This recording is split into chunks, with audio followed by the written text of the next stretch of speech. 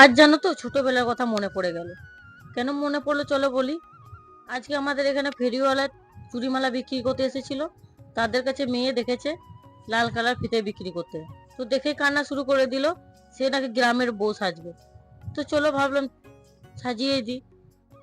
হাতে আলতা দিয়ে নিজেই কলকা করেছে, আর এদিকে দেখো চুলটা বেঁধে দিলাম কি সুন্দর।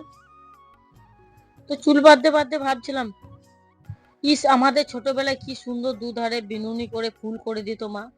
ওই দিনগুলো আজও চোখের সামনে ভাসে। আবার যদি সেই দিনগুলো পেতাম কতই না ভালো হতো। আর এইদিকে দেখো আমি রান্না শুরু করে দিয়েছি। তোমরা তো সেদিন দেখেইছিলে লাউ চিংড়ি করেছিলাম। অর্ধেকটা সেদিন দিয়েছিলাম আর অর্ধেকটা ছিল, তাই ভাবলাম লাউ পোস্ত করি। তো আজকে করেছিলাম লাউ পোস্ত, আলু করলা ভাজা, আর শিঙি মাছের ঝোল, আর গরম গরম আলু বেগুন।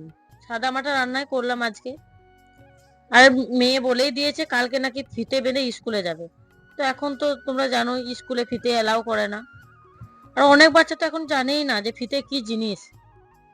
আমাদের ছোটবেলাটাই ভালো ছিল, সেই জন্য ছোটবেলার কথা মনে পড়ে গেল। আর কথা বলতে বলতে দেখো এদিকে আমার রান্না আমার প্রায় শেষের দিকে।